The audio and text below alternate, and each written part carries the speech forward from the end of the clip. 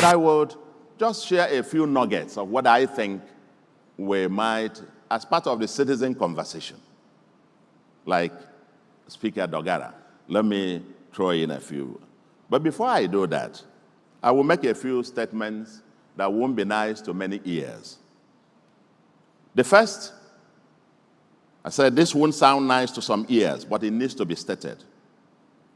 President Tinubu did not cause the problem.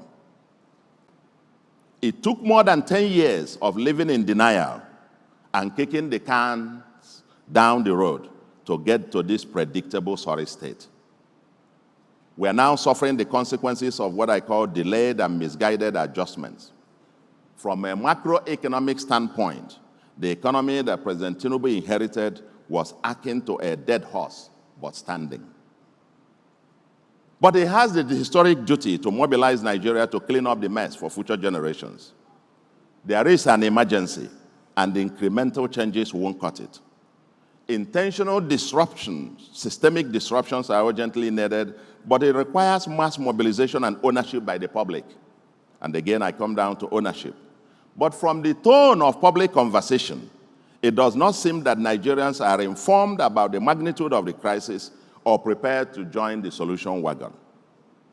The greatest threat I see is the conflict between the pressure for short-term populism for electoral purposes versus the medium to long-term disruptions required for sustainable transformation. That's the threat that I see. It is the conflict between pressures to be a good politician, to win elections, versus the demands for statesmanship for the next generations. And that's why sometimes these conversations about single term might begin to make some sense. So that you fix it, whether you say 4 years or 5 years or 6 years or 7 years single. So you come, you are not thinking about the next election. Once you finish getting into this, I faced that all the day in my state. You want to get on, they say, no, wait, you know you have an election. I said, no, let's get it. If we get there, if we lose, we lose. But we've got to get it done today. When are we ever going to stop facing election?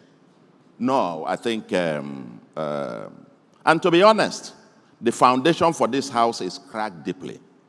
And the options for papering over the cracks are very few. In my 2005 democracy lecture, I argued, quote, that we now need 3 things to happen. Get the economics, the politics, and the law/institutions right, and then trust in God to give us the right people and the courage to implement the agenda. End of quote.